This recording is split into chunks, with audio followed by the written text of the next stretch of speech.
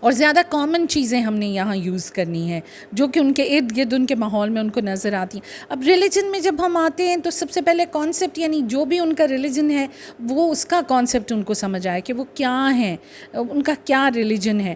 اس کے بعد کریٹر کے بارے میں کچھ تھوڑی سی انفارمیشن, پروفٹس کے بارے میں, اینجلس کے بارے میں, ہولی بکس کے بارے میں, اور اورلی جیسے ہم اپنے بچوں کو کلمے یاد کرواتے ہیں, دعائیں یاد کرواتے ہیں مختلف قسم کی. اس کے علاوہ ریلیجیس ایونٹس کی انفارمیشن. اور اچھی بات یہ ہے کہ جب وہ ہو رہے ہوں سال میں, جس وقت وہ ہو رہے ہوں, جیسے رمضان ہے تب رمضان کے بارے میں پڑھایا جائے اور تب ساتھ ساتھ سکھایا جائے, کیونکہ وہ بہت پریکٹیکلی بچے سارا کچھ اپنے گھروں میں اور ارد گرد ہوتے ہوئے دیکھ رہے ہیں. یہ نہیں کہ آپ نے رمضان جو ہے وہ پلان جنوری میں کیا ہوا ہے, رمضان آئے گا جو ہے اگست میں, جنوری میں آپ نے سب کچھ پڑھا دیا اور اگست میں جا کے آپ بار بار کہہ رہے ہیں بچوں آپ کو یاد ہے نا ہم نے پڑھا تھا رمضان. تو چیزوں کو اس طرح سے پلان کریں کہ وہ ان کے ارد گرد ہو رہی ہوں اور وہ ہوتے ہوتے ان کو دیکھ رہے ہوں. جیسے میں نے یہاں پہ کہا تھا کہ لسٹس ایسی ہوں جو بہت فیملیئر ہوں, جو بالکل ان کے آس پاس ان کے ماحول سے اٹھائی ہوئی ہوں. اچھا, کرنٹ افیئرس کی جب بات آتی ہے تو میں نے اکثر اسکولز میں دیکھا ہے کہ بچوں نے رٹے لگائے ہوتے ہیں, پرائم منسٹر کون ہے, پریزیڈنٹ کون ہے, اور یہ سارے امپورٹنٹ نام اور اس طرح کی چیزیں انہوں نے یاد کی ہوتی ہیں. That is also good, but current affair means کہ آج کل کے دنوں میں ملک میں یا ہمارے شہر میں یا ہمارے ارد گرد کیا ہو رہا ہے, واٹ از ہیپننگ کرنٹلی. تو بچوں کو کوئی کرکٹ ٹیم آئی ہوئی ہے اور کرکٹ میچز ہو رہے ہیں تو the children should be aware, ان کو یہ پتہ ہونا چاہیے, ان کے ساتھ ڈسکس کریں کہ فلاں ملک کی کرکٹ ٹیم آئی ہوئی ہے, یہ والا ایونٹ ہو رہا ہے, ان کا یہاں پہ میچ ہو رہا ہے, and you will find out کہ وہ جلدی سے ان پٹ دیں گے, ہاں میرے انکل دیکھنے گئے تھے, یہ ہوا تھا, ہم بھی گئے تھے دیکھنے. کرنٹلی جو ان کے ارد گرد ہو رہا ہے, یہ نہیں کہ ان کو بالکل ہی پتہ نہیں ہے کہ ارد گرد ماحول میں ہمارے کیا ہو رہا ہے. سو نام, oral names of important people اور امپورٹنٹ ڈیٹ اور ایونٹس کے علاوہ what is happening currently around them is جو کہ ان کو ضرور پتہ ہونا چاہیے. مت سمجھیے کہ وہ چھوٹے بچے ہیں, no they are part of this world, they are part of the environment, وہ الوف نہیں رہ سکتے, ان کو پتہ ہونا چاہیے ان ساری چیزوں کا. اور سب سے امپورٹنٹ ایریا جو ہے جو اس پورے integrated knowledge and understanding of the world میں آتا ہے وہ سٹیزن شپ ہے, کہ بچوں کو سٹیزن شپ اسکلز جو ہیں وہ بچپن سے ہی سکھائی جائیں.